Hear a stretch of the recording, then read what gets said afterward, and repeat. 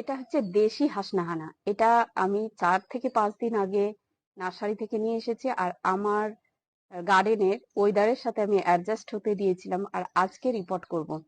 আর আপনারা গাছ কিনতে গিয়ে চিনবেন কি করে যে এটা দেশি না হাইব্রিড? তো হাইব্রিড গুলো আজকাল বিক্রি হয়, সেগুলো তো সেন্ট মোটেও থাকে না, আর ওরা এই রকমই ফুল আসে, আর দেখবেন যে প্রচুর থোকা থোকা হয়ে ফুলও হয়, আর ওরা দেশি হাসনাহানা বলেই বিক্রি করে দেয়। তো আপনারা অবশ্যই হাসনাহানা যদি গাছ কিনতে যান, তাহলে ভালো একটা উন্নত মানের নার্সারি থেকে কিনবেন, সেখানে আপনি কিন্তু ঠকবেন না। তো আমি এই গাছটা অনেকদিন ধরে খুঁজছিলাম, রাস্তার ধারে যেসব নার্সারি গুলো থাকে সেগুলোতে দেখছিলাম, কিন্তু আমার সন্দেহ হচ্ছিল যে এগুলো আহ, উম, দেশি হবে না, কারণ আমি দেখছিলাম যে এই যে কুড়িগুলো হয় তা আপনি একটু স্মেলটা নিলেই বুঝতে পারবেন যে সেন্ট হবে। তো আমি সেখানে স্মেল নিচ্ছিলাম, কোনো সেন্ট পাচ্ছিলাম না। আর এই এই যে এই গাছটায় আপনি যদি নাকের কাছে ধরেন তো একটা স্মেল কিন্তু আপনি পাবেন, খুব মিষ্টি স্মেল। আর এই ফুলগুলো যখন ফোটে রাতের বেলায় প্রচুর সেন্টেড হয়, মানে পুরো আপনার আশেপাশের এলাকাকে এরা সেন্টেড করে তোলে। আর এই গাছটা নিয়ে অনেকের ভ্রান্ত ধারণা আছে যে এই গাছে নাকি সাপ চলে আসে। তো সবকিছু নিয়েই আজকে বলবো যে আদৌ এই গাছে সাপ আসে কিনা, আর এর পটিং মিক্সচারই বা কিভাবে রেডি করতে হয়, এভরিথিং নিয়েই আজকের আমার এই ভিডিওটি। আসসালামু আলাইকুম, আর গার্ডেনে আপনাদের সকলকে স্বাগত। মাটি তৈরি করব, তো এই গাছটা এখানে একটু সরিয়ে রাখি। আর এই যে আমি এই গ্রো ব্যাগেই রাখবো, এই গ্রো ব্যাগে আমি 1 বছরের বেশি সময় রেখে দেবো, কারণ এই ব্যাগটা এটা যদি আমি অনেকটা বড় করি তাহলে বেশ 10 ইঞ্চি টবের মতো কিন্তু মাটি ধরে। আর 1-1.5 বছরের জন্য 10 ইঞ্চি টব এর মাটি এই গাছটার জন্য পারফেক্ট। আর বেশি বড় জায়গার দরকার নেই, যখন দেখবো 1-1.5 বছর পরে আমার বেশি বড় জায়গা লাগছে তখন লাগাবো। এখন আপাতত কিন্তু এই পটেই আমি লাগাবো। আর এখানে ড্রেনেজ সিস্টেম খুব ভালো রয়েছে, এটা আমি অ্যামাজন থেকে নিয়েছিলাম। আর এই প্যাকেটগুলো ড্রেনেজ সিস্টেম ভালো থাকে, আর এটা গ্যাদগেদে হয়ে যাওয়ার সম্ভাবনা থাকে না, জল খুব ভালোভাবে পাস করে। আর যদি এইরকম আপনারা বাড়িতে গ্রো ব্যাগ তৈরি করেন তো এইভাবে কিন্তু আপনারা ফুটো করে নেবেন, আর তলাতেও করে নেবেন। হ্যাঁ, তলাতেও রয়েছে। আর এখন যেহেতু বেশি মাটি লাগবে না, তার জন্য আমি এটা এইভাবে ফোল্ড করে নিচ্ছি। আর তাছাড়াও আমাকে খাবার দিতে হবে, তো টাইম মতো যখন খাবার দেবো তখন জায়গার কিছুটা দরকার লাগবে, তখন আমি ফোলটা একটু খুলে খুলে বড় করব আর খাবার দেবো। তো জাস্ট এইভাবে রেডি করেছি। আর এই তলাতে আমি কিছু শুকনো পাতা দেব। এখন গার্ডেনের যে শুকনো পাতাগুলো হয় সেই শুকনো পাতা তলাতে দিচ্ছি। এই শুকনো পাতাতে থাকে প্রচুর পরিমাণে পটাশ, আর তার সাথে থাকে সালফার, ম্যাগনেসিয়াম, এগুলো থাকে। তো শুকনো পাতা, গার্ডেন কুড়ানো পাতাগুলো অবশ্যই আপনারা পটিং মিক্সচারে অ্যাড করবেন। আর এই যে বালতিতে রয়েছে, এই বালতিতে রয়েছে আমার প্লেন গার্ডেন সয়েল। আর এর সাথে আমি কি কি মিক্স আপ করবো সেটা এখন দেখাবো। আর এই পটিং মিক্সারটা আপনার এই যে এগুলো হচ্ছে পার্মানেন্ট প্ল্যান্ট, তো এই প্ল্যান্টগুলোর জন্য একেবারে পারফেক্ট। তো চলুন আমি পটিং মিক্সচারটা তৈরি করি, কিভাবে করব। এখানে মাটি কিছুটা ঢেলে নিই, মোটামুটি নিই, যতটা লাগবে লাগবে, না লাগবে আমি রেখে দেবো। তো এই মাটির সাথে আমি সিম্পল এবার মেশাবো গোবর সার বা কম্পোস্ট সার। আপনারা গোবর সারও দিতে পারেন বা কম্পোস্ট সার দিতে পারেন, কোনো অসুবিধা নেই। তো আমি আজকে কম্পোস্ট সার দিচ্ছি না, আমি শুধু গোবর সারই মেশাবো। আর এইভাবে পার্মানেন্ট গাছগুলো যেগুলো থাকে সেগুলো গোবর সার দিয়ে করতে আমি বেশি পছন্দ করি। গোবর সারে আমার মনে হয় যে খুব ভালো গ্রোথ হয়, তো গোবর সারটাই আমি ব্যবহার করি। কিচেন কম্পোস্ট সারও অনেক ভালো, খুবই ভালো কিচেন কম্পোস্ট সার, সেটাও আপনারা অ্যাড করতে পারেন। আবার দুটো মিলিয়েও অ্যাড করতে পারেন, তখন পরিমাণটা একটু কম বেশি করে আপনাকে দিতে হবে। হয়তো গোবর সার আমি যতটা মেশালাম, আর কম্পোস্ট সারও যদি আমি দিই তাহলে গোবর সারের পরিমাণটা কম করে দেব, দিয়ে দুটো মিলিয়ে কিন্তু মিশিয়ে দেবো। এই গোবর সারগুলো ভালো করে মাটির সাথে মিশিয়ে দিচ্ছি, যাতে একইভাবে সমানভাবে গোবর সারটা মাটির মধ্যে থাকে।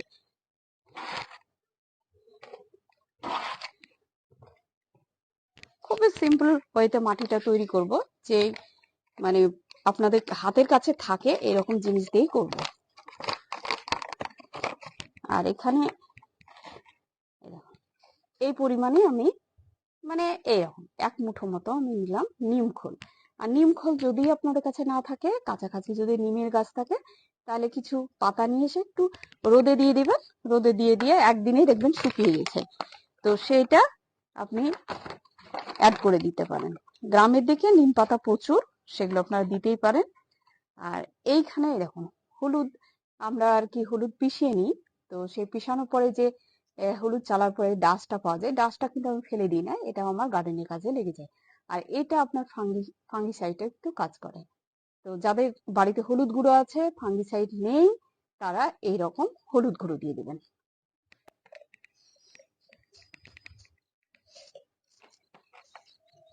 আর এটা হচ্ছে ফুরাডান, একটা বিষের মতো। এটা 2 কালারে পাওয়া যায়, দেখবেন বাজারে। একটা বেগনি কালারের হয় আর এই পিঙ্ক কালারের হয়। তো যে কোনো কালারই হতে পারে, আপনারা যে কোনো নার্সারি থেকেও পেতে পারেন।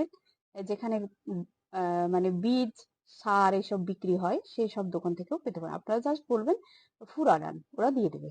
আর এই বীজটা আমি বলি, মানে প্রত্যেকটা ভিডিওতেই বলি, যে যারা গার্ডেন করছেন, যারা তো পুরনো গার্ডেনার তারা জানেন, আর যারা নতুন গার্ডেন করছেন তারা অবশ্যই এই বীজটা রাখবেন। এই বীজটা অনেক, আমার প্রথম অনেক গাছ মারা গেছিল। এই কি হয়, মাটিতে আমরা যেহেতু সার দিই, জৈব খাবার দিয়ে ছাদ বাগান করি, তো তখন কিন্তু মাটিতে একটা পোকার জন্ম নেয়। ওই পোকাগুলো কেটে দেয় শেকড়, আর গাছগুলো তখনই মারা যায়। আর এই বীজটা দেওয়ার ফলে এই ভয়টা কিন্তু থাকে না।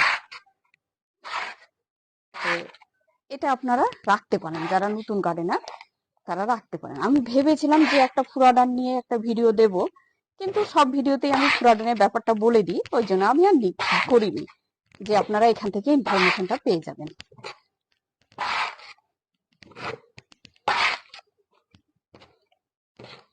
ভালোভাবে মেশানো হয়ে গেল।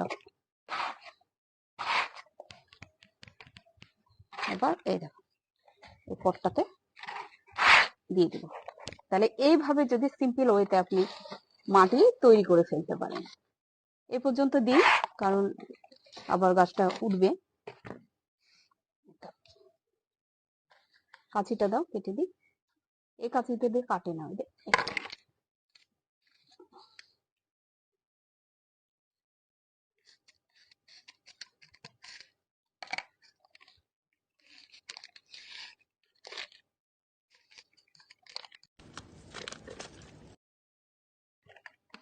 মিডিল বরাবর একটু বসিয়ে দেবেন। এবার মাটি দিয়ে ভরে দেব। আর আপনাদেরকে যেটা বললাম যে দেশি আর হাইব্রিড কি করে বুঝবেন, তো সেটা আর একটু আমি ভালোভাবে বলে দিই, তাহলে আপনাদের সুবিধা হবে বুঝতে। গাছটা দেখিয়ে আমি বলবো। আর একটু মাটি দিয়ে দেবো, তারপরে ঠিক করবো।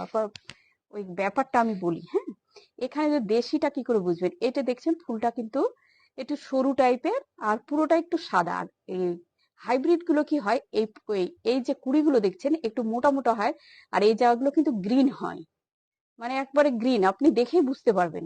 আর ফুলটা বেশ এইরকম থোকা হয়ে থাকে ওরা ফোটে যখন। আমি ওইটা দেখে আমার সন্দেহ হয়েছিল, যে আমরা তো দেখেছি হাসনাহানা এরকম হয় না, আর হাসনাহানা এই যে এরকম স্লিম হয় আর কি ফুলগুলো। তো এটা দেখে আপনারা চিহ্নিতকরণ করতে পারবেন যে কোনটা দেশি আর কোনটা হাইব্রিড। আর আরেকটা জিনিস বলি, যে যে জিনিসটা নিয়ে একটা ভ্রান্ত ধারণা আছে, যে এই হাসনাহানা গাছে লাগালেই নাকি সাপ চলে আসে। তো এই কথাটা আমি প্রথমে বলবো, সাপের কিন্তু শ্রবণ শক্তিও নেই, আর ঘ্রাণ শক্তি খুবই দুর্বল। তো সেখানে মানে এর যে তীব্র একটা গন্ধ আছে, সেই গন্ধতে সাপের পক্ষে সম্ভব নয় যে ওই ঘ্রাণটা পেয়ে আপনার এই গাছের কাছে চলে আসবে। তো এই গাছটা যখন আমি গার্ডেনে অ্যাড করি, মানে নিয়ে এসেছি 3-4 দিন আগে, তো আমারও ফ্রেন্ডরা বলছে যে এরকম বাগানে তুমি এই গাছ লাগাচ্ছ, দেখবে সাপ চলে আসবে। তো তখন আমার মনে হলো সাপ চলে আসবে এরকম একটা আমি তখন ইউটিউব প্রচুর ভাবে সার্চ করলাম অনেক জায়গা, তারপরে বুঝলাম যে না, এই সাপের তো আর আমরা যেটা জানি যে সাপের শ্রবণ শক্তি বা ঘ্রাণ শক্তি খুবই, মানে শ্রবণ শক্তি তো নেই, আর ঘ্রাণ শক্তি খুবই দুর্বল, ওরা তো স্কিনে টাচে বুঝতে পারে। তো সেখানে এখানে আসাটা সম্ভব নয়। তো এর একটা লুকায়িত ঘটনা কি, সেটা আজকে আমি শেয়ার করছি। মানে এই গাছের মানে সন্ধেবেলা থেকেই শুরু হয়ে যায় তীব্র ঘ্রাণ, আর প্রচুর সেন্ট হয়। এত সেন্টেড হয়, মানে আশেপাশের এলাকাকে পর্যন্ত সেন্ট করে ফেলে। আর তখন কি হয় যে কীট পতঙ্গ পোকামাকড়রা আহ, একটা এই গন্ধতে ওরা অ্যাট্রাক্টেড হয়ে গিয়ে এই গাছের ওরা মধু খেতে আসে। তো মধু খেতে যখন আসে তখন ব্যাঙেরও, আর ব্যাঙ, টিকটিকি, গিরগিটি এগুলোরও আবির্ভাব হয় ওই পোকাগুলো খাওয়ার জন্য। আর ব্যাঙ তো সাপের পছন্দ, ব্যাঙ যেখানে থাকে দেখবেন, ব্যাঙ যেখানে ডাকে সেখানে সাপ থাকে। তো সেই ব্যাঙ খাওয়ার জন্য তখন সাপ আসে। তাহলে এই না যে এই ফুলের গন্ধেই সাপ চলে আসে। আর আমি যখন উপরে ছাদ বাগানে এই গাছটা লাগাবো তখন পোকামাকড় তো আসবে ঠিকই গন্ধেতে, তখন আমার ছাদ বাগানে তো ব্যাঙ আসার কোনো সম্ভাবনাই নেই, আর সেখান থেকে সাপ আসারও কোনো সম্ভাবনা নেই। সুতরাং ভয়ের কোনো ব্যাপার নেই। এই যে একটা এত সুন্দর গাছ আপনারা গার্ডেনে অ্যাড করতেই পারেন, খুবই সেন্টেড গাছ। আর এরকম অনেক আরো কিছু কিছু সেন্টেড গাছ আমি বাগানে অ্যাড করেছি, এটা আমার বাকি ছিল, তো এটা লাগিয়ে ফেললাম। আর এর যে ভ্রান্ত ধারণা আছে সেটাও বললাম। তো যারা এখনো লাগাননি, যে ভাবেন যে লাগাবো কিন্তু ভয় পান, তারা লাগিয়ে ফেলুন, ভয়ের কোনো কারণ নেই, লাগিয়ে ফেলতেই পারে। আর যেভাবে বললাম যে দেশি হাইব্রিড কিভাবে চিনবেন, তো সেই ব্যাপারটা আপনারা জাস্ট মানে দেখে যাচাই করে গাছটা নিয়ে আসবেন। আর অবশ্যই কোনো বড় নার্সারি থেকে গাছ কিনবেন, তাহলে ঠকবেন না। আর একটা জিনিস হচ্ছে যে আশেপাশে যদি আপনি দেশি গাছ দেখেন সেখানে ডাল কাটিং করে নিয়ে এসে আপনি লাগিয়ে দিতে পারেন। তো এই গাছটা যখন বড় হবে, বন্ধু বান্ধব কি আত্মীয় স্বজন চাইলে আমি অবশ্যই কাটিং করে তাদের চারা করে দেবো, আর আপনাদের কাছে শেয়ারও করব। তো এই পর্যন্তই, ভালো থাকুন, সুস্থ থাকুন। আর আরেকটা জিনিস হচ্ছে, আমার ভিডিওস গুলো ভালো লাগলে আপনারা বেশি বেশি করে শেয়ার করে দিন। আর এখনো যারা নতুন বন্ধুরা সাবস্ক্রাইব করে উঠতে পারেননি তারা সাবস্ক্রাইব করুন। ভালো থাকুন, এখানেই শেষ করছি। পরবর্তী ভিডিওতে আবার আপনাদের সাথে দেখা হয়ে যাবে ইনশাআল্লাহ।